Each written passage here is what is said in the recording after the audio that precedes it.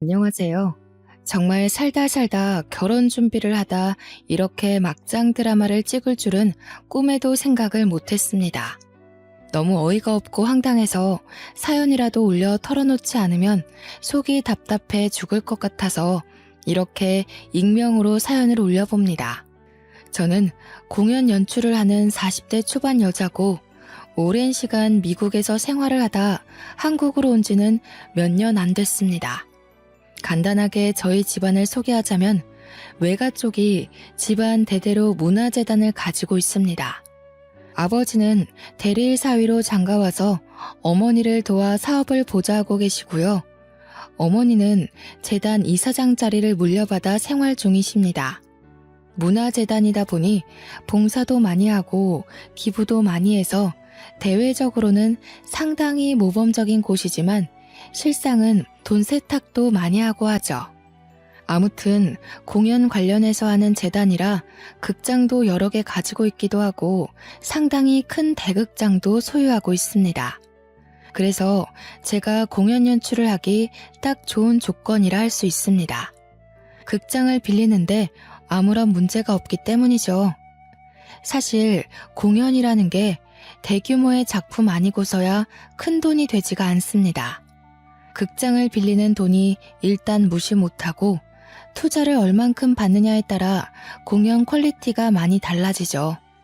배우들 페이나 스태프들 페이까지 일일이 생각하면 문화재단을 소유한 집안딸이 공연 연출을 한다는 게 참 득이 많습니다. 그러다 보니 외국에서 오랜 시간 공부하면서 잔머리가 많이 늘었고 최대한 가진 걸 이용해서 살아왔습니다. 제가 몇 년 전 한국에 들어와서 제일 먼저 준비했던 건 바로 외국에서 판권을 꽉 틀어지고 있는 뮤지컬 공연을 국내에 소개하는 일이었습니다. 어떻게든 국내 팬들의 귀와 눈을 만족시키고자 그 공연을 꼭 들여오고 싶었거든요. 하지만 라이센스 문제가 이리저리 얽혀서 저 혼자서 감당하여 작품을 들여올 수가 없었습니다. 그래서 판권 문제로 아는 사람에게 변호사를 소개받아 자문을 구하게 됐는데 이 변호사가 지금부터 제가 이야기할 저의 예비 남편입니다. 하필이면 공연 판권에 대해 아는 게 별로 없었던 사람이라 같이 머리 싸매며 판권 문제를 해결해야만 했죠. 변호사라고 모든 분야를 다 잘하는 게 아니더라고요. 변호사를 확 갈아치울까 여러 번 고민하다 소개시켜준 사람의 얼굴을 떠올리면 또 함부로 할 수가 없던 터라 어쩔 수 없이 5개월을 매일같이 만나 고민해야 했습니다. 판권을 어떻게 들여와야 더 많은 공연을 올리고 더 투자를 받을 수 있을까에 대해 상의를 하다 보니 의리도 생기고요. 매일같이 만나서 대화만 서너 시간 나누다 보니 자연스럽게 서로에 대한 이야기도 나누게 되었고 자연스럽게 데이트도 하게 되고 손도 잡고 그렇게 사귀게 된 거죠. 변호사니까 직업도 괜찮겠다. 우리 부모님께 소개시키기에도 모양 빠지는 사람은 아니다 싶었던 거죠. 사실 집에서도 제 나이가 30대 후반이 되니 결혼에 대한 압박이 없진 않았거든요. 하나뿐인 외동딸에게 재단을 물려주고 싶은데 옆에서 일을 도와줄 만한 남편이라도 있어야 마음이 안심된다 이런 거겠죠. 이러나 저러나 제 직업은 연출가이니까요. 하지만 철의 여인인 우리 어머니께서는 제가 어떻게 엇나갈지 모르니까 선자리를 막 들이밀거나 하진 않으셨어요. 대신 깐깐한 눈으로 제가 어떤 남자를 만나는지는 지켜보셨죠. 숱하게 남자를 만나긴 했지만 그 어느 누구도 어머니의 마음에 들지 않아 결혼 이야기까지 나오진 않았습니다. 공연 연출가가 어디서 남자를 만나겠어요?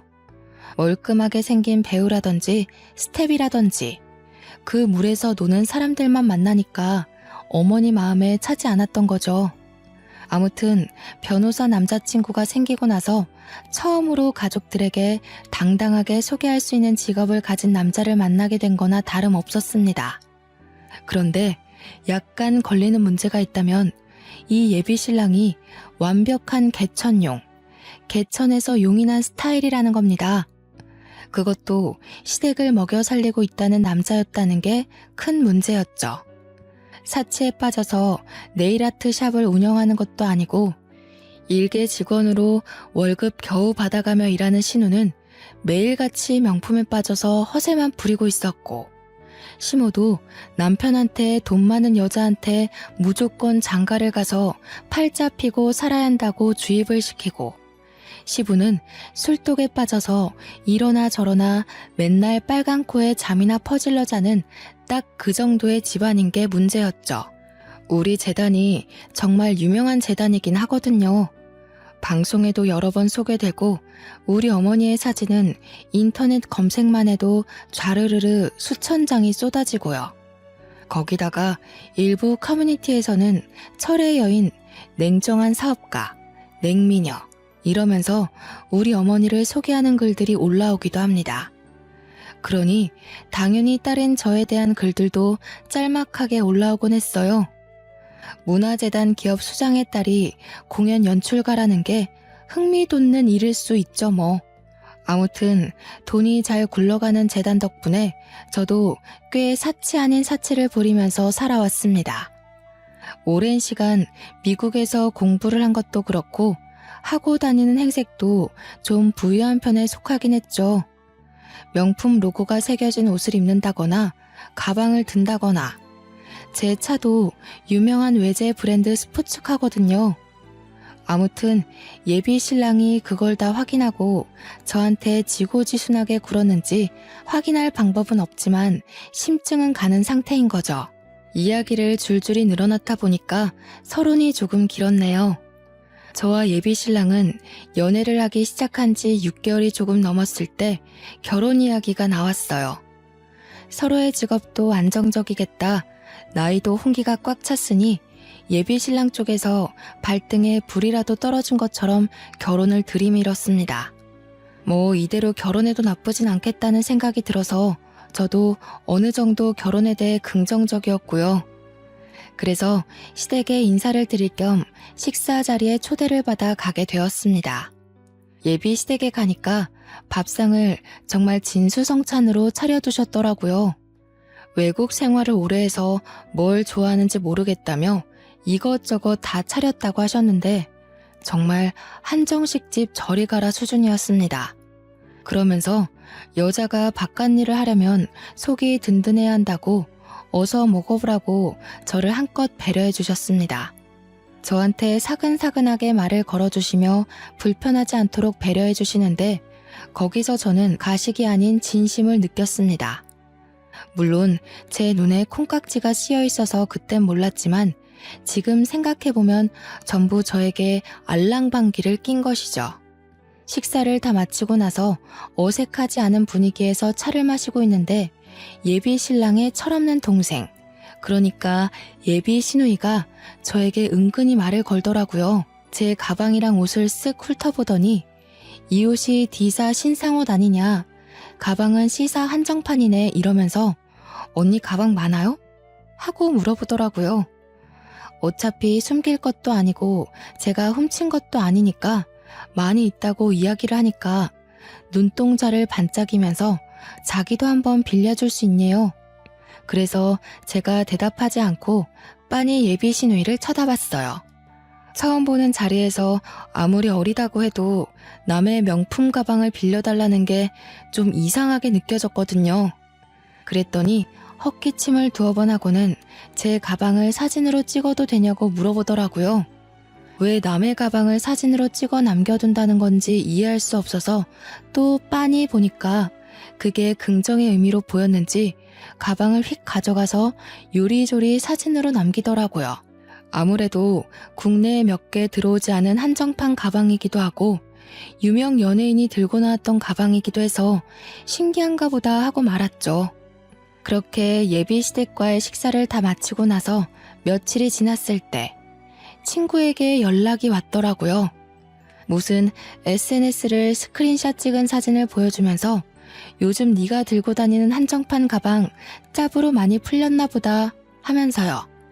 사진을 유심히 보니까 귀퉁이에 살짝 스크래치 난 게 아무래도 제 가방인 것 같더라고요. 그래서 친구가 보내준 SNS에 들어가서 보니 예비 시누이의 계정이 맞았어요. 자기 얼굴 사진을 떡하니 올려뒀더라고요. 가방 사진이 제일 위에 떠있길래 들어가 보니까 글도 장황하게 써두었더라고요. 무슨 연예인이 들고 나온 내 가방 이러면서 제 가방을 지 가방처럼 둔갑해서 글을 써놨대요.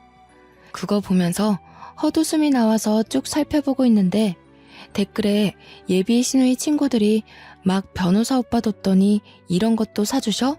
부럽다. 이런 댓글들이 써져 있었습니다. 예비 시누이가 그 밑에 예쁘지? 이런 거 아무나 못 구한다. 이렇게 달아뒀던 게 기가 막히더라고요. 아무리 뻔뻔하고 철이 없다고 해도 그렇지 제 가방을 지 가방처럼 올려둔 게 너무 웃겼어요.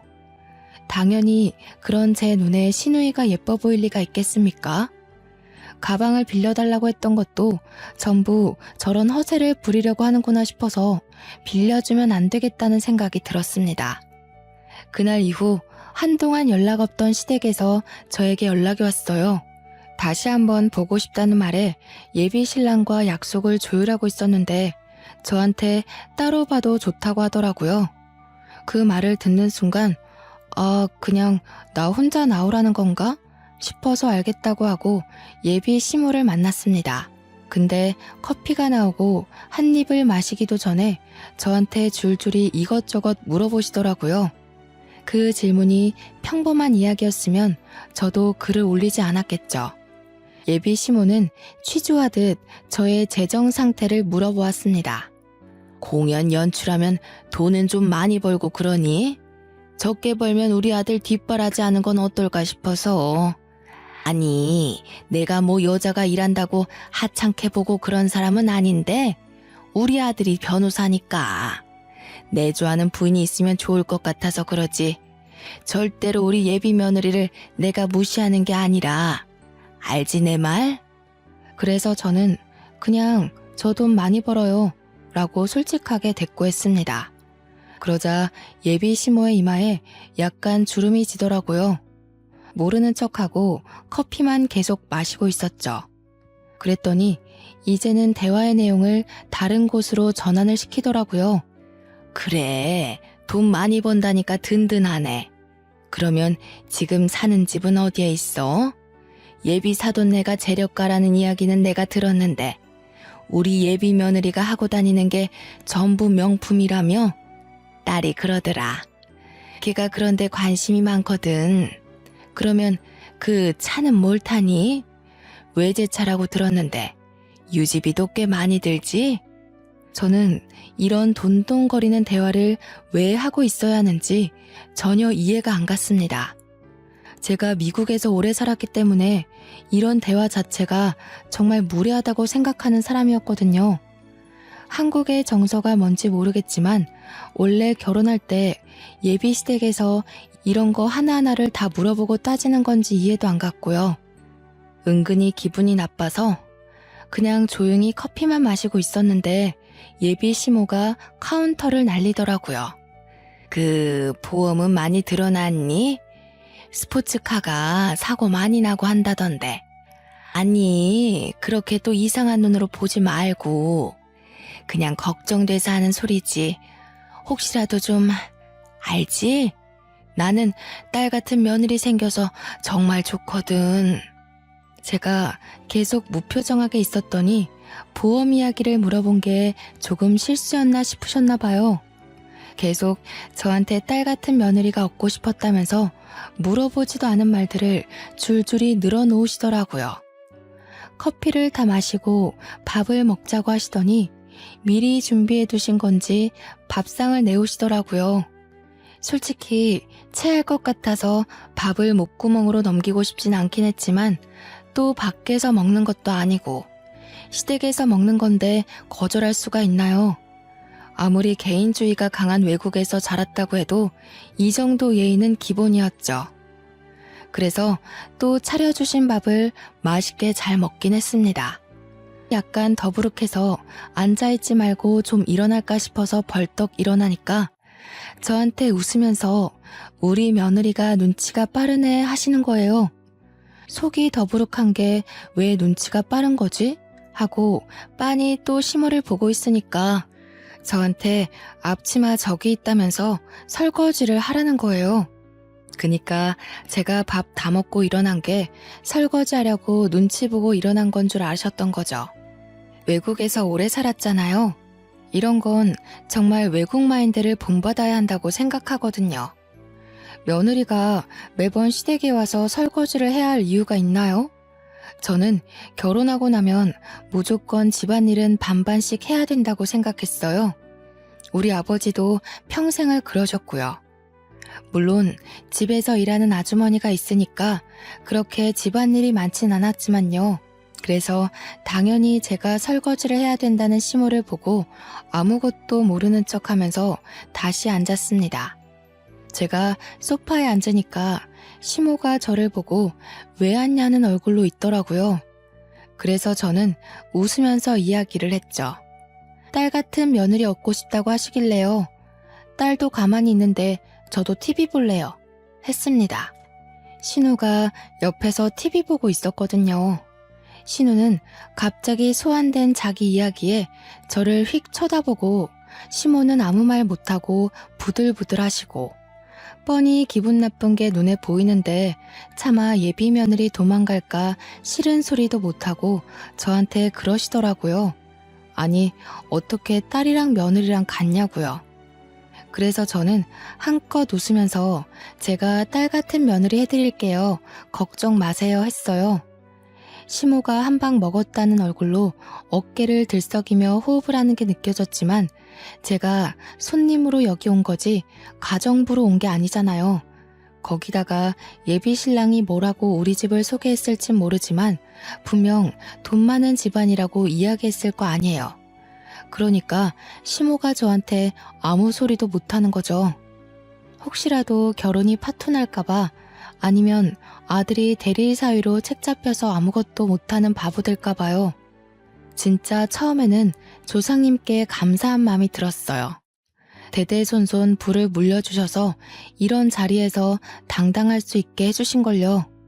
아무튼 밥 다 먹고 설거지도 안 하겠다. 도망이나 슬슬 가려고 준비하는데 신우이가 저한테 슬쩍 물어보더라고요. 제가 공연 판권이 해결되어서 드디어 그 국내에 들여오고 싶었던 해외 뮤지컬을 들여오게 되었어요. 아마 예비 신랑한테 그 이야기를 들었나 봐요. 슬그머니 시모도 제 옆에 앉아서 신우 이야기에 끄덕끄덕 하는데 내용이 아주 가관이었습니다. 저한테 공연 이제 올릴 준비 하신다면서요? 하면서 배우 뽑는다고 들었는데 자기 자리도 하나 주면 안 되냐는 거예요. 이게 뮤지컬 공연이 연기 실력도 당연히 되어야 하지만 그저 앙상블로 공연을 올라간다고 해도 기본으로 노래가 돼야 하거든요. 그러면서 자기 원래 꿈이 탤런트였다고 배우하고 싶다면서 자리 하나를 달라고 염치도 없이 이야기를 하더라고요. 무슨 유치원 학예회도 아니고 당당하게 나 이 배역할래요 하는 식으로 이야기를 하니까 나를 우습게 여기나 싶을 정도였습니다. 그래서 제가 그냥 웃으면서 신우이 그럴 실력이 돼요? 하고 물었더니 갑자기 막 어필을 하는 겁니다. 자기가 연극영화과 입시시험도 봤다면서 연기를 배운 적도 있대요. 그렇게까지 이야기하니까 신우이는 주제도 몰라서 안 되겠네요. 할 수가 없는 겁니다. 그래서 오디션 보러 오라고 어쩔 수 없이 이야기를 했어요. 저한테는 이게 최선의 배려였고요. 날짜랑 장소랑 물어물어 가길래 일단 오디션 접수부터 하라고 이야기를 했죠. 솔직히 기대도 안 하긴 했는데 진짜 오디션을 보러 올 거라는 생각조차 안 했거든요. 근데 오디션장에 나타났더라고요. 수줍게 자기소개하고 지정대사로 연기하고 공연의 메인곡까지 부르고 갔는데 주위 심사하시는 스태프들도 전부 저런 애가 서류를 통과했어? 하는 눈으로 보더라고요. 완전 소중한 시간 10분을 날린 표정이셨습니다. 발연기도 그런 발연기가 없고 노래도 툭툭 떨어지고 염소 소리 내고 진짜 제 신우이라는 걸 몰라서 다행이지 너무 쪽팔리고 제가 다 부끄럽고 밤에 잘 때 생각나서 이불 발로 차고 할 정도의 수준이었습니다. 그러니 결과가 어땠겠어요? 두말할 필요도 없이 탈락이죠. 1차는커녕 서류에서 떨어졌어야 하는 실력인데 혹시 몰라 붙여둔 게 잘못이죠. 제가 그 뮤지컬 들어오려고 정말 노력 많이 했었거든요. 해외에도 여러 번 출장도 갔다 오고 한국 들어오기 전까지 판권 들고 있는 회사에 밥 먹듯이 찾아가서 부탁하고요. 제 명성이 갈아 넣어진 뮤지컬인데 그런 실력을 가진 사람을 쓸 수 있겠어요? 죽어도 안 된다 생각해서 더 볼 것도 없이 탈락을 시켜버렸습니다. 그랬더니 결과 발표 나는 날에 전화기에 불이 나듯 시모한테서 연락이 오는 게 아니겠어요? 피곤한 마음을 누르고 전화를 받았더니 한다는 소리가 글쎄 어떻게 자기 딸을 떨어뜨릴 수가 있냐는 겁니다. 실력이 안 되는 사람들 붙잡고 늘어져 봐야 시간 낭비인데 왜 당연한 소리를 아무렇지도 않게 하는지 이해가 안 갔어요. 그러면서 이미 동네방네 며느리가 연출하는 큰 공연에 우리 딸이 배우로 나올 거라고 소문냈는데 자기 어떻게 하니요? 아니 그걸 왜 저한테 물어보시나요? 그러면서 탈락이라고 하니까 신우가 울고 불고 난리가 났다면서 우리 쪽팔려서 어떻게 하냐고 제가 한숨 푹 내쉬면서 떨어진 이유를 말해줬어요. 연기도 너무 못하고 노래도 솔직히 못 들어줄 상태였다. 다른 심사위원들도 전부 만장일치로 못 뽑는다고 했다고 하니까 시모가 정이 없대요. 한국 사회에서 그 정도 정도 없이 어떻게 사냐면서 연출이라면 뒷배로 꽂아줄 수 있는 거 아니냐고 생떼를 쓰기 시작하는데 미치겠더라고요. 그래서 그냥 될 대로 되라는 식으로 시모한테 신우가 나무 일 역할이라도 하겠대요? 하고 물어봤어요. 그러니까 어떻게 대사 한 줄 없는 배역을 줄 생각을 하냐면서 해도 해도 너무한다고 하는 겁니다. 지금 해도 해도 너무한 게 누군데 저한테 그런 소리를 하는지. 가뜩이나 공연 올리는 것 때문에 정신도 없는데 저한테 이런 식으로 구니까 더 할 말이 없어서 끊어버렸어요. 그리고 예비 신랑에게 전화해서 차근차근 이야기를 했죠. 네 동생이 도무지 쓸만한 부분이 전혀 없어서 탈락을 시켰더니 나한테 이러더라 하면서요. 예비 신랑이 미안하대요. 자기가 얼른 가서 잘 이야기해보겠다고 하더라고요. 저는 부탁을 했죠. 이런 일로 전화 오지 않게 해달라고 가뜩이나 바빠 죽겠다고요. 제가 실력으로 오디션에서 결과를 통보했을 뿐인데 인정머리 없다는 소리를 들어야 할 이유가 있나요? 참나. 다시 생각해도 너무 열이 받고 화가 나네요. 예비 신랑이 뭐라고 말했는지는 몰라도 한동안 조용했어요. 결혼 준비도 슬슬 해야 하는데 뭐부터 해야 할지 모르겠어서 예비 신랑이랑 이것저것 상의를 하고 있었죠. 예비 신랑이 시모가 아는 게 많으니까 시모한테 물어보고 해도 되지 않겠냐고 해서 저는 그런 만날 약속을 잡아달라고 했어요. 아무래도 양가 간에 서로 합의가 되어야 하는 부분이 있긴 하니까 어른이랑 이야기하는 게 빠르겠다 생각한 거죠. 저희 집이야 뭐 제가 이렇게 하기로 했어요 하면 다 맞춰주실 분들이니까요. 아무 생각 없이 만날 약속을 잡고 당일에 밖에서 시모를 만났어요. 또 집에서 만나면 설거지 시키려고 할까봐 미리 차단한 거죠. 나름대로. 이미 오디션 건으로 저한테 기분이 상해 있는 시모라서 옷도 일부러 방수되는 스타일로 입고 가고 혹시 몰라서 한 벌을 더 챙겨서 갔어요. 드라마 같은 거 보면 시모가 물도 끼얹고 그러더라고요. 사람이 혹시 모를 상황에 대비를 해놓는 것도 나쁘지 않잖아요. 물론 제가 연출가라서 그런 영상들을 많이 보고 오버하는 걸 수도 있지만요. 약속 장소에 가니까 시모가 이미 와서 앉아있더라고요. 그래서 앞에 떡하니 앉아서 저 왔어요 하니까 저한테 막 보고 있던 팜플렛 같은 걸 쭉 넘겨주더라고요. 개수도 10대 개 정도 되는 게 전부 중구난방으로 있어서 정리해서 하나씩 보고 있는데 각종 가전이랑 가구, 팜플렛 같은 거예요. 중간에 자동차 팜플렛도 끼어 있었고요. 근데 하나같이 상품에 동그라미들이 쳐져 있는 게 아니겠어요? 그래서 저는 이게 뭐예요?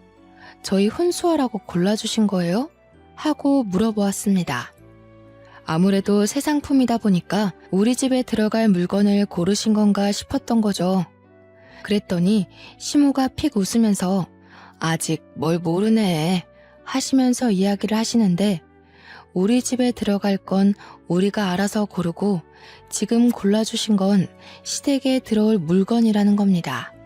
저는 그 말이 전혀 이해가 안 가서 시댁에 들어갈 물건을 왜 저한테 보여주시냐고 했죠. 그러니까 제가 시댁에 가구를 보내야 한다는 거예요. 제가 왜요? 하니까 그게 다 예단이고 원래 그렇게들 한다면서 변호사 사이 보는 게 쉬운 일인 줄 아냐고 하시는 겁니다. 한국에서 변호사쯤 되는 직업의 남자랑 결혼을 하려면 시댁에 이 정도 물품 공세는 해야 된대요.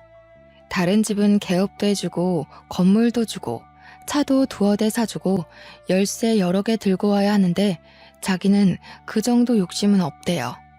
이 정도면 많이 양보한 거고 주위의 변호사 엄마들 이야기 들어보면 자기가 욕심 없어서 이 정도로 끝내는 거라고 고마운 줄 알아라 하시는 겁니다. 결혼하기 전까지 미리 가구랑 가전이랑 다 보내주고 차도 빨리 계약을 해달라면서 자동차 카탈로그를 그제서야 자세히 보니까 제가 타고 다니는 스포츠카 브랜드에서 나온 대형 SUV더라고요. 그 모델이 2억 가까이 하는 차량이거든요. 제가 진짜 기가 막혀서 입을 떡 벌리고 아무 말도 못했습니다. 그러니까 그 정도면 싸게 먹히는 거 아니냐고 가전 가구 다 해봐야 3억도 안 나온다는 겁니다. 다른 집은 건물해줬대, 개업해줬대, 시부모 노후저금까지 다 줬대. 이러면서 나불나불 거리는데 진짜 고막이 터지는 줄 알았어요. 제가 아무 소리 없이 한참 동안 들여다보고 있으니까 저한테 다 알아들었지? 하는 거예요. 그래서 저는 고개를 절레절레 젓고는 도무지 못 알아듣겠다고 했어요. 그러니까 인상을 팍 쓰시는 겁니다. 제가 이어서 이걸 왜 해드려야 하는지 진짜 모르겠다고 어차피 신혼집도 지금 제가 사는 집으로 할 건데 이걸 왜 챙겨드려야 하냐고 했어요. 남편이 집을 해오는 것도 아니고 시댁에서 저한테 돈을 주시는 것도 아닌데 왜 제가 시댁 가구를 바꿔드려야 하는지. 따지고 보면 집은 제가 해가는 거니까 혼수는 시댁에서 해줘야 하는 거 아닌가요? 그 이야기까지 했더니 시모가 꿀먹은 벙어리가 되더라고요. 그러면서 원래 사자 직업 장가갈 때 다 그 정도는 받는다니까 하시는 거예요. 그래서 예단비 1억은 또 뭐냐, 이걸 지금 현금으로 달라고 하는 거냐 하니까 주위 변호사들도 장가갈 때 다 그 정도 받았다더라 하십디다. 한국 문화란 그런 건가 진짜 너무 당당하게 말하시니까 저도 고민하게 되더라고요. 근데 예단비 1억쯤이야 솔직히 못해줄 것도 아니긴 해서 그 정도는 맞춰드릴 수 있다고 이야기를 했어요. 그러니 얼굴이 한결 밝아지시더라고요. 뒤이어서 제가 그럼 저도 T브랜드와 B브랜드에서 나온 주얼리 다이아 세트랑 시계를 해달라고 했습니다. 시모가 사진 좀 보여달라고 하시길래 바로 온라인 쇼핑몰에 들어가서 사진 보여드리면서 가격도 보여드렸어요. 다이아 세트 8천만 원, 시계는 1억 2천만 원짜리로 보여드렸죠. 그랬더니 저한테 눈 뒤집으시면서 미친 거 아니네요. 저는 그냥 힘없이 대답했어요. 어머님이 저한테 사달라고 하신 차값이 이 정도 된다고요. 저한테 차 사달라고 한 건 당연한 거고 저도 그에 응당한 예물 받겠다고 하는 건데 저는 미친 거냐고 했습니다. 그러니까 저한테 또 콧김 막 뿜으시면서 변호사 사위 얻어가는데 그 집에서 이 정도는 당연히 해줘야 하는 거 아니냐고 하는 겁니다. 자기가 이 정도만 받겠다고 했으면 너무 검소하시다, 고맙다 해야 되는데 저한테 어찌 똑같은 금액을 받아내려고 하냐고. 욕심이 과하면 안 된대요. 정작 욕심 부리는 게 누군데 지금 저한테 이래라 저래라 훈수를 두는 건지. 제가 어이가 없어서 아무 소리 안 하고 빤히 시모를 쳐다봤어요. 시모도 제가 아무 소리 없자 갑자기 입을 꾹 다물더라고요. 그래서 그냥 그랬어요. 싫으시면 예단이고 예물이고 없이 그냥 결혼식 하자고요. 어차피 신혼집도 내 집이고 한국 들어온 지 몇 년 안 돼서 가구나 가전 다 새거나 다름없으니까 굳이 바꿀 필요도 없다. 혼수 해오라고 안 할 테니까 침대만 바꿔주시면 될 것 같다고 했습니다. 그러니까 시모가 물만 벌컥벌컥 들이키더라고요. 그 얼굴을 보는데 얼마나 표독스럽던지 이대로 결혼했다가는 내 인생 망하겠다 싶었습니다. 그래서 속으로 결혼을 깨야겠다. 집에 가서 이 결혼 무르겠다고 말할 거라고 굳게 다짐을 했습니다. 근데 이 속속들이 사정을 다 부모님께 말해봐야 제 얼굴에 침 뱉는 거밖에 안 될 것 같더라고요. 가뜩이나 제가 하는 일마다 일만 크게 벌려둔다고 은근히 타박하시는 부모님인데 결혼까지 이랬다고 하면 분명 좋은 소리 못 들을 게 뻔했거든요. 그래서 어떻게 파혼을 이야기할까 고민하고 있었습니다. 시모를 만나고 집에 돌아와서는 완벽하게 마음을 굳혔죠. 헤어지는 순간까지도 저한테 믿지는 장사 아니니까 끝까지 다시 생각해보라고 하는데 결혼이 장사입니까? 언제부터요? 저는 결혼이란 두 사람만 행복하면 끝인 줄 알았거든요. 부모님 퇴근하실 때까지 기다렸다가 제가 먼저 파혼 이야기를 꺼내려고 하는데 아버지께서 다음 주 주말에 상견례를 하기로 했다는 겁니다. 제가 입을 열 틈도 없이 이야기를 하셔서 그게 무슨 소리냐 하니까 예비 신랑이 연락을 해왔대요. 예비 시부모가 그때 날짜가 가장 좋을 것 같다고 해서 미리 약속을 잡았다고 그날 별일 없지 않냐는 겁니다. 파혼 이야기를 하려고 했는데 다짜고짜 상견례 이야기부터 꺼내다니 저는 어떻게 말할까 고민하다가 예비 시댁 식구들을 직접 보고 나면 부모님도 파혼하려고 하지 않을까 싶어서 알겠다고 했습니다. 그렇게 욕심을 부려대는데 우리 부모님 앞이라고 뭐 크게 다르게 행동하겠나 싶었던 거죠. 예비 신랑도 이제 와서 생각해보니 참 경우 없는 사람이었습니다.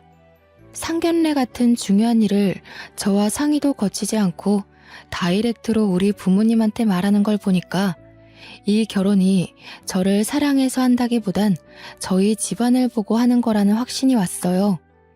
그래서 마지막 남은 전까지 모조리 다 탈탈 털려버렸습니다. 부모님께 미리 언지를 드릴까 말까 하다가 시간이 흘렀고 온 가족이 눈 마주칠 시간도 없이 상견례 날짜가 다가왔어요.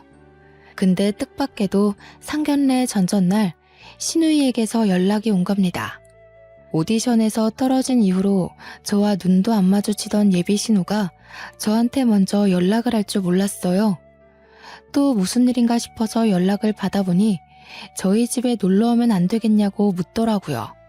그래서 왜 갑자기 집에 놀러 오고 싶어 하냐 하니까 제 가방들 구경 좀 하면 안 되냐고 묻더라고요. 갑자기 제 가방으로 SNS에 자랑했던 게 기억이 나서 웃음이 나더라고요.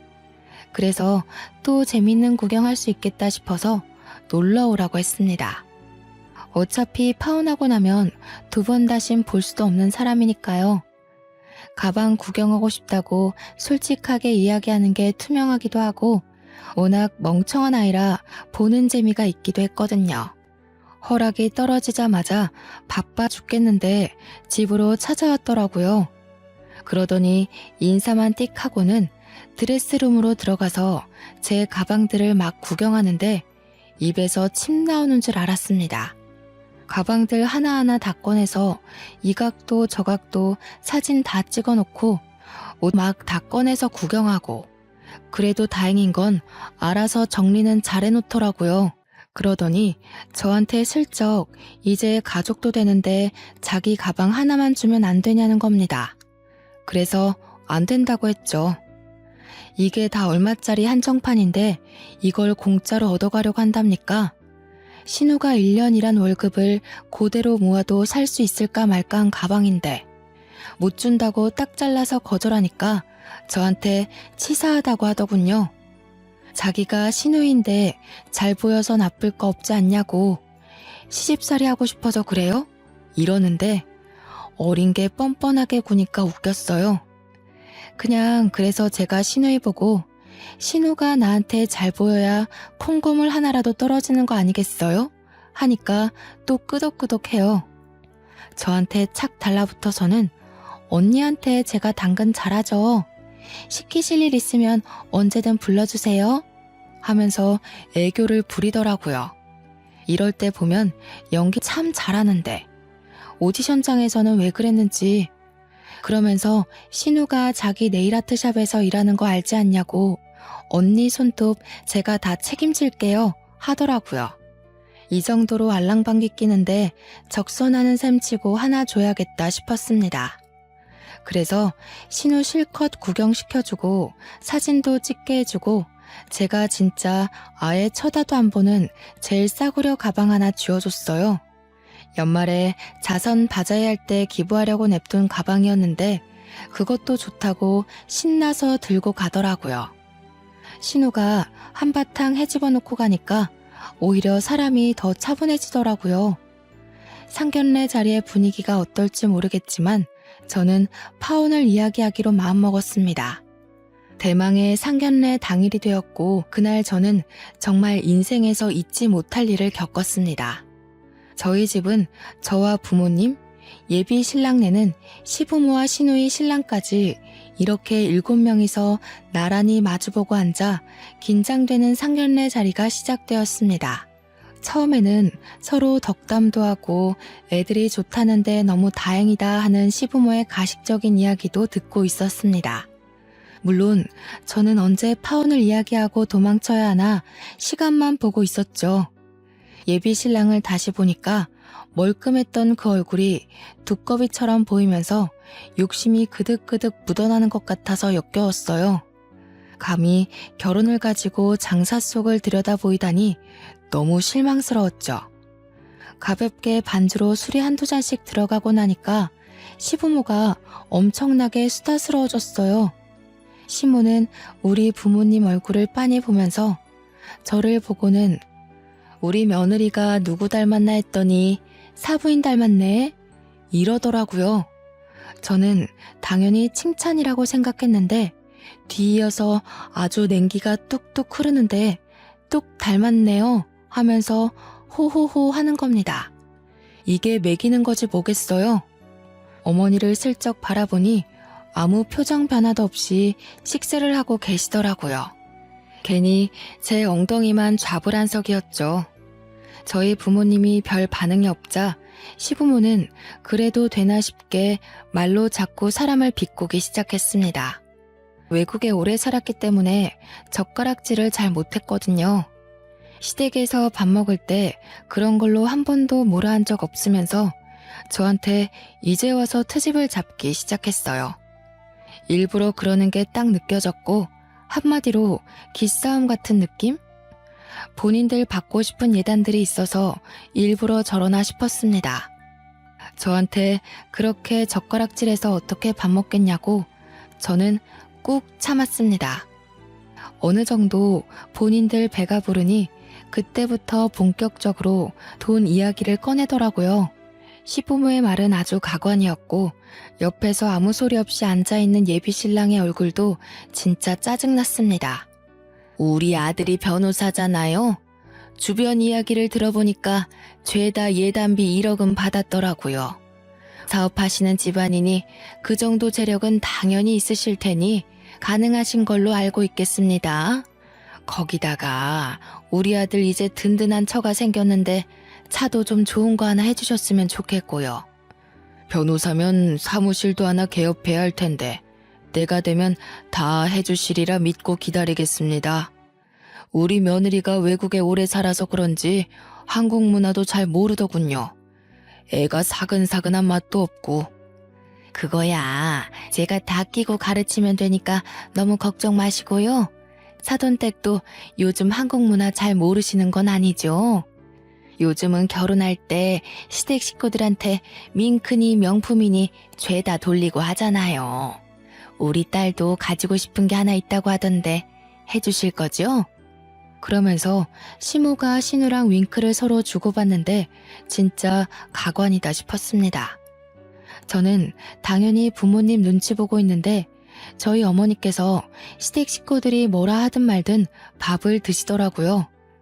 아버지는 이미 숟가락 내려놓고 저한테 눈으로 욕하고 계신 중이셨고요. 차라리 잘 됐구나 싶었습니다. 어차피 파혼 생각하고 있었으니까요. 근데 딱 거기서 시모가 눈치 없이 쐐기를 박아주는 게 아니겠어요? 재단 운영할 때 고문 변호사 하나쯤은 필요하지 않겠어요? 우리 아들 지금 다니는 직장도 엄청 좋은 회사긴 한데 겸업으로 고문까지 맡으면 얼마나 좋겠어요. 애들 결혼한다는데 자리는 제대로 잡아야죠. 자리 하나 주시면 월급 500만 원만 줘도 들어갈 맘 있다고 하니까 누이 좋고 매부 좋은 거 아니겠어요? 저희 재단에 당연히 변호인단 있습니다. 한두 명도 아니고 10대 명이 있어요. 문화재단이라는 게 정말 보통 일이 아니거든요. 제가 한 소리 하려고 입을 여는데 어머니께서 젓가락 탁 놓고 물 한 입 마시고는 입을 여셨습니다. 자네 문화예술진흥법 꿰고 있나? 판권이나 저작권에 대한 법률이나 판례도. 남편이 아무 대답 못하고 우물쭈물하다가 이제라도 공부해보겠습니다 하고 대답을 했습니다. 그러자 어머니께서 픽 웃으시는데 진짜 서늘하고 무서웠어요. 지금부터 하면 늦지. 내가 그걸 기다렸다가 자네를 채용해야 할 이유가 있나? 그 말에 시댁 식구들이 모두 짠 것처럼 입을 다물더라고요. 저희 엄마가 진짜 냉정한 사람이라 저도 무서워서 벌벌 떨거든요. 어머니는 작정하신 건지 저를 쓱 보고 시댁 사람들도 쓱 보고 말을 딱딱 하셨습니다. 너는 저런 경우 없는 집안에 시집을 가겠다고 귀한 내 시간을 뺐니? 저는 작은 목소리로 죄송합니다 했죠. 외국에서 오래 공부시켰더니 결국은 이런 조선시대 같은 집안으로 시집을 가겠다는 거야? 대부분 이런 거 따지는 집안은 양반 집안 아니고 상놈의 집안인 걸 몰라서 그래? 그러고는 아무 말 못하고 있는 시부모에게 통보하셨어요. 서로 집안끼리 격도 맞지 않고 괜히 시간 낭비했네요. 결혼은 없던 일로 합시다. 내가 고작 변호사한테 시집 보낼 거면 진즉 보냈지. 서로 좋다고 하니까 두고 봤던 건데 굳이 미래가 뻔한 집안에 시집 보낼 필요가 있어? 요구하시는 것들이 못 들어줄 건 없는데 내가 저 변호사의 앞날을 생각해보면 그 정도 투자해도 뽑을 만한 게 없어 보여서. 그러더니 일어나시더라고요. 당연히 아버지랑 저도 따라 일어났습니다. 비수를 냅다 꽂아버린 어머니의 말에 시댁 식구들 아무 말도 못하고 멍하니 쳐다만 보고 있더라고요. 이 결혼 저도 못하겠네요. 도무지 상식이라는 게 없는 분들이시더라고요. 제가 잠시 머리가 돌았던 것 같습니다. 당연히 그날 이후로 매일같이 시댁 인간들이며 남편이며 할 거 없이 저한테 전화 오고 매달리고 난리를 쳤습니다. 저는 바로 차단해버리고 어머니께서는 공연장에 사설 경호업체까지 붙여주셨어요. 찾아오면 쫓아내버리니 저는 만나지도 못하고 멀찌감치해서 소리만 치시고 그랬죠. 그렇게 한 3주 난리를 치더니 포기했나 보더라고요. 근데 예비 신우였던 인간한테 생각지도 못한 연락이 왔어요. 언니, 미안한데 저 가방 한 번만 빌려주시면 안 돼요? 하길래 갑자기 생각난 SNS 계정에 들어가 봤습니다. 그랬더니 글쎄 저희 집에 와서 찍어간 제 가방들을 죄다 지가 모은 것 마냥 올려두었더라고요. 근데 실물은 본 적이 없으니까 친구들이 전부 언제 보여줄 거냐, 거짓말 아니냐, 짭이라서 못 보여주는 거야? 하는 댓글들을 달아놨더라고요. 자기 거 아닌 거 들키긴 싫으니 저한테 울며 겨자 먹기로 연락한 거겠죠. 그래서 저는 SNS를 활발하게 하는 제 친구들에게 도움을 받았어요. 댓글에 내 거 가지고 자기 거인 척하네 하면서 친구들이랑 같이 네일아트샵에서 일하는 직원이 3천만 원짜리 가방을 턱턱 산다고? 짭이네, 구라네 하면서 댓글 테러를 했습니다. 신우가 저한테 전화하고 문자하고 난리를 치더라고요. 어떻게 그렇게 댓글을 달아둘 수 있어요? 하는데 제가 딱 그랬죠. 이제 다시 나한테 연락하지 말라고, 미친 거 아니냐고, 남인데 가방을 왜 빌려주냐고요. 그리고는 차단해버렸습니다. 저는 그 이후로 준비하던 공연 당연히 성공적으로 잘 마쳤고요. 연말에 뮤지컬 시상식에서 연출상도 받았습니다. 문화진흥원에서 주는 상도 받았고요. 커리어를 잘 쌓으면서 지내고 있습니다. 조만간 제 이름으로 뮤지컬 컴퍼니도 하나 차릴 것 같아요. 승승장구 중인 내 인생, 앞으로도 빛이 나길 바라며 속에 숨겨둔 이야기는 여기에 다 털고 갑니다. 제 이야기 들어주셔서 감사합니다. 감사합니다. 감사합니다.